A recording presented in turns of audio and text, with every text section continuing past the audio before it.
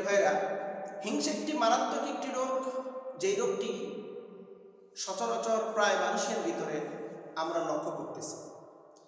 Doctor আল্লামা মিজানুর রহমান আজহারী দীর্ঘ 5টা বছর বাংলাদেশ থেকে তিনি চলে গিয়েছিলেন। বাংলাদেশে 5টি বছর পরে এসেছেন। 5 বছর আগে বাংলাদেশের ভৌগোলিক যে অবস্থা ছিল, তিনি কেন বিতাড়িত হয়েছেন এই বিষয়টা কিন্তু আমাদের সবার জানা। কিছু হিংসাত্মক ব্যক্তির কারণে, যাদের হিংসার প্রভাব ডক্টর আল্লামা মিজানুর রহমান আজহারীর উপর পড়েছিল। তিনি 5 বছর পর যখন আবার দেশে আসলেন, ঠিক ওই সমস্ত হিংসুক ব্যক্তিরা আবার হিংসা করা শুরু করে দিল। আমরা যেটা কখনো কল্পনাও করিনি, এমনটি আশাও কখনো মনোভাব হয়নি যে তারা আবার হিংসা শুরু করবে। ডক্টর আল্লামা মিজানুর রহমান আজহারীর আগমনে হিংসুকদের অন্তরের ভিতরে জ্বালা শুরু হয়ে গেছে।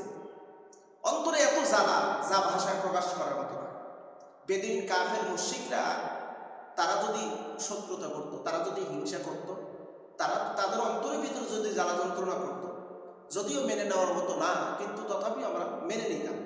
কিন্তু নামধারী মুসলিম, নামধারী আলেম, জনপ্রিয়তার শীর্ষে তারা যদি হিংসা করে অপর কোনো আলেমের উপরে, তখনই কিন্তু আমাদের মনে অনেক কষ্ট জমে আসে, অনেক কষ্ট জমা হয়ে যায়। ডক্টর আল্লামা মিজানুর রহমান আজহারী দেশে আসাতেই ওরা হিংসার আগুন ছড়ানো শুরু করেছে। আমরা একজন ব্যক্তির নাম বলবো, যদিও আমরা হিংসাত্মকভাবে বলতেছি না, সংশোধনের উদ্দেশ্যে। যেহেতু তিনি অনলাইনে প্রচার করেছেন, আমরা অনলাইনের মাধ্যম দিয়ে এই প্রচারে সংস্কারের উদ্দেশ্যে কথাগুলো বলতেছি। মুফতি রেদওয়ান রফিকি, এই নামটির সাথে সবাই সম্পৃক্ত, এই নামটির সাথে সবাই পরিচিত। মুফতি রেদওয়ান রফিকি তিনি মিজানুর রহমান আজহারীকে উদ্দেশ্য করে ফেসবুকে স্ট্যাটাস দিয়েছেন, যেটি আমরা দেখা মর্মাহত। মিজানুর রহমান আজহারীর মাহফিলে হাজার হাজার লক্ষ লক্ষ মানুষের উপস্থিতি, 15 থেকে 20 লক্ষ মানুষের একটা গণজমায়েত কক্সবাজার পেকুয়াতে। এই গণজমায়েত দেখে তাদের অন্তরের জ্বালা যেন এতটা জ্বালা শুরু হয়ে গেছে, মনে হচ্ছে এ যেন তসলিমা নাসরিনের মতো। তসলিমা নাসরিনও কিন্তু ফেসবুকে স্ট্যাটাস দিয়েছে তার নিজস্ব আইডি থেকে, মিজানুর রহমান আজহারীর মাহফিলে এত মানুষের কেন সমাগম হয়, কেন হবে, কি জন্য হবে, ইত্যাদি ইত্যাদি তারা সে সমালোচনা করেছে। এখন তসলিমা নাসরিনের মতন কোনো আলেম যদি তার হিংসার আগুন যদি ছড়ায়, তাহলে আমরা এর তীব্র নিন্দা এবং প্রতিবাদ জ্ঞাপন করি। মিজানুর রহমান আজহারীর মাহফিলে লক্ষ লক্ষ জনতা।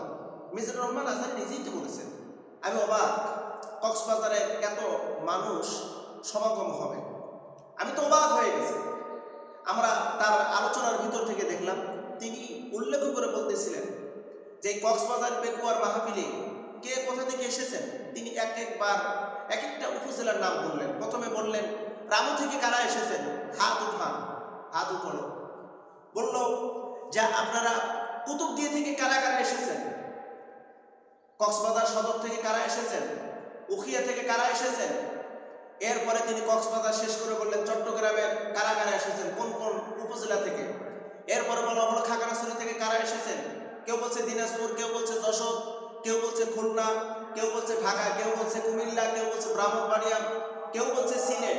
বিভিন্ন জেলা থেকে মানুষের এই যে সমাগম, লক্ষ লক্ষ মানুষের গণজমায়েত, এটি দেখে তিনি নিজেও অবাক হয়ে গেলেন। আজকে পেকুয়ার মাহফিল ইতিহাস হয়ে থাকলো, পেকুয়ার মানুষ আপনারা ইতিহাস তৈরি করলেন এত মানুষের উপস্থিতি। তিনি দীর্ঘ সময় 5 বছর পর লম্বা সময় তিনি আলোচনা করলেন। তার আলোচনার ভিতরে না কোনো প্রতিহিংসামূলক কোনো বক্তব্য, না তার আলোচনার ভিতরে কাউকে কোনো আক্রমণাত্মক বক্তব্য। তিনি নমনীয় এবং নম্র ভাষায়, ভদ্র ভাষায়, সুশীল সমাজে যেই শব্দগুলো প্রয়োগ হয়, সুশীল সমাজ যেই শব্দগুলো পছন্দ করে, এমন শব্দ চয়নের মাধ্যম দিয়ে তিনি আলোচনা করেছেন। সবাই তো অবাক হয়ে গেছে। দীর্ঘ 5টা বছর যার কারণে দেশ থেকে বিতাড়িত হয়েছে ফ্যাসিস্ট স্বৈরাচারী এই জালিম তাকে দেশ থেকে বিতাড়িত করেছে, কিন্তু এই জালিম বা জালিমের অনুসারীদের বিষয়ে আল্লামা মিজানুর রহমান আজহারী একটি কথাও বলেন নাই। সবাই অবাক হয়ে গেলেন যে তাকে যারা 5টি বছর বিতাড়িত করে রাখলো তাদের নাম উচ্চারণ করলো না।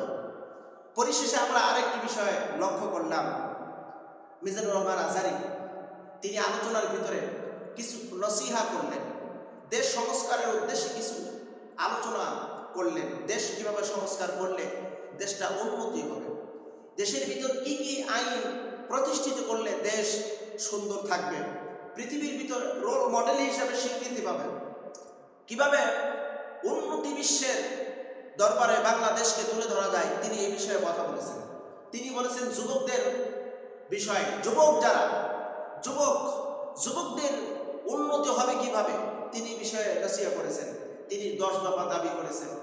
তিনি কাউকে আক্রমণাত্মক কথা বলেননি, হিংসাত্মক কোনো কথা বলেননি। আমরা এমনটি আশা করেছিলাম। মিজানুর রহমান আজহারী তিনি প্রকৃত একজন দায়ী, তার দৃষ্টান্ত আমরা এই মাহফিল থেকে আমরা পেয়েছি।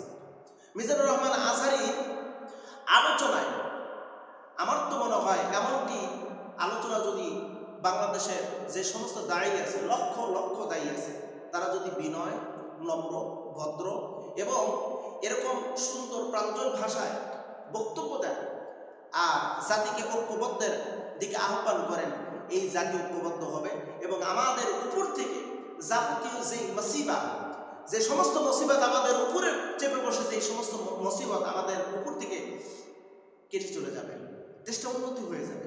দেশ উন্নত যদি হয় আমরাই কেবল উন্নতি হতে পারবো, আমরা নিজেদেরকে প্রতিষ্ঠিত করতে পারবো। মিজানুর রহমান আজহারী বাংলাদেশের জন্য একটা রোল মডেল। তার মাহফিলে হাজার হাজার যুবক কেন উপস্থিত হয়, কি জন্য উপস্থিত হয়, এই প্রশ্নটা নিজেকে করেন তো একটু। অযথা আপনারা হিংসা সরাসরি করেন না, আপনারা অনেক করেছেন। 5 বছর আগে আমরা দেখেছি মিজানুর রহমান আজহারীকে নিয়ে আপনারা মুফতি সাহেবরা অনেক প্রকারের ফতোয়া দিয়েছেন। হ্যাঁ, মানুষ মাত্র ভুল করতে পারে, স্বাভাবিক।